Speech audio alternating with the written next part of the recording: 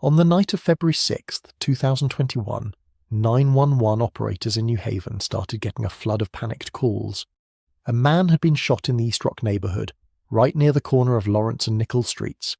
When police got there, they found Kevin Jiang, a Yale grad student, lying in the street about 100 feet away from his silver Toyota Prius. He'd been shot multiple times up close. Scattered all around him were 8 spent .45 caliber shell casings. His Prius was still sitting there with its hazard lights flashing into the cold night. Neighbours told police they'd seen a dark SUV tearing away from the area, its headlights off. Not long after, surveillance cameras backed that story up. The video showed Kevin's Prius driving first, then a dark SUV following closely behind. The SUV rammed into the back of the Prius, forcing Kevin to pull over. His hazards came on. The SUV backed up, clipped another car, then stopped. Kevin got out of his Prius and walked toward the SUV. And then it all happened fast. 2 gunshots, a scream, then 6 more shots. Seconds later, the SUV rolled away past Kevin's car with no lights, disappearing into the night.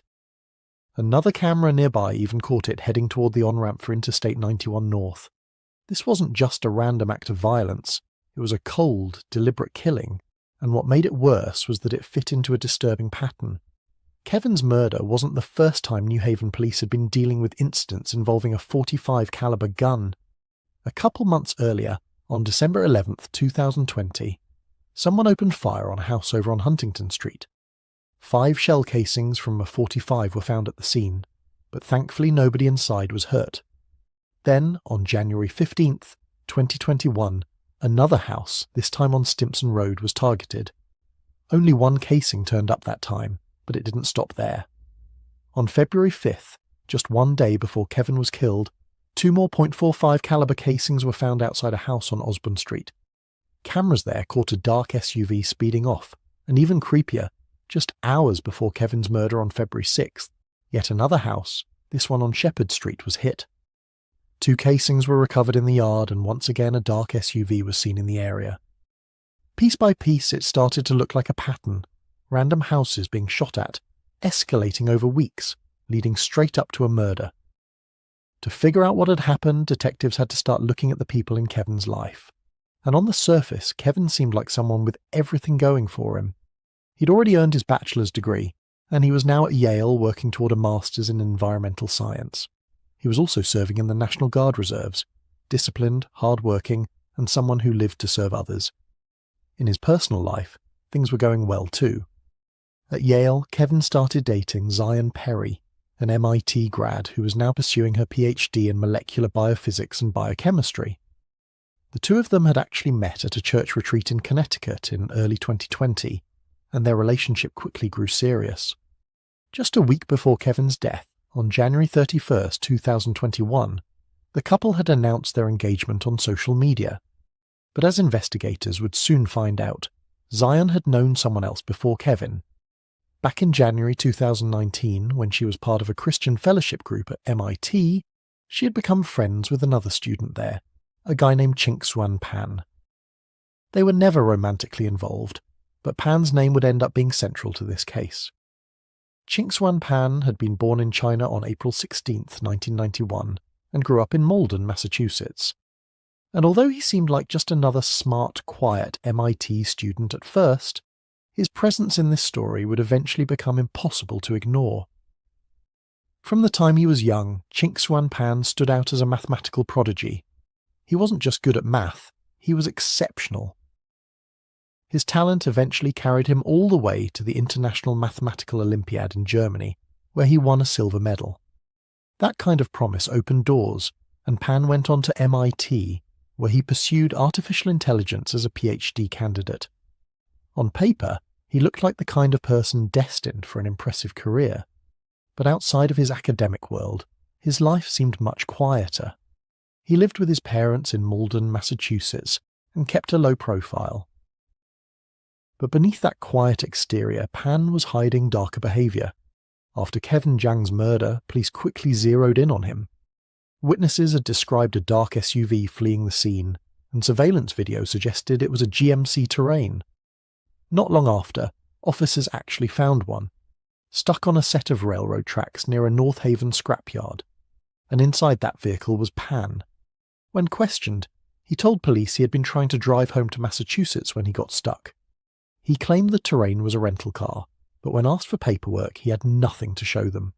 To make things worse, officers noticed the license plate on the SUV had been reported as lost or stolen.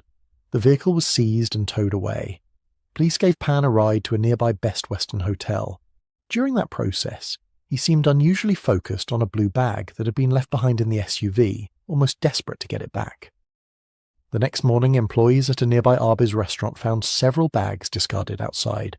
Inside the blue one was a Ruger .45 caliber handgun, multiple magazines, a gun case, and boxes of ammunition that matched the caliber used in Kevin's killing.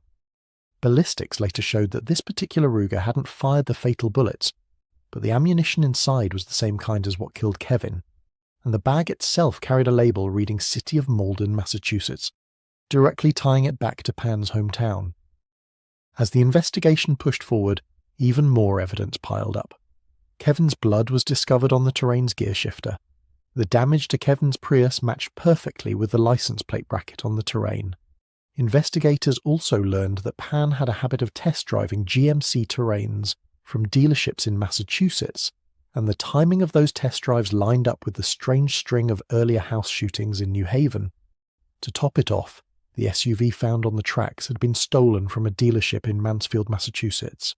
And then came another connection. Pan was a Facebook friend of Zion Perry, Kevin's fiancée. Suddenly, the threads of the case were tightening.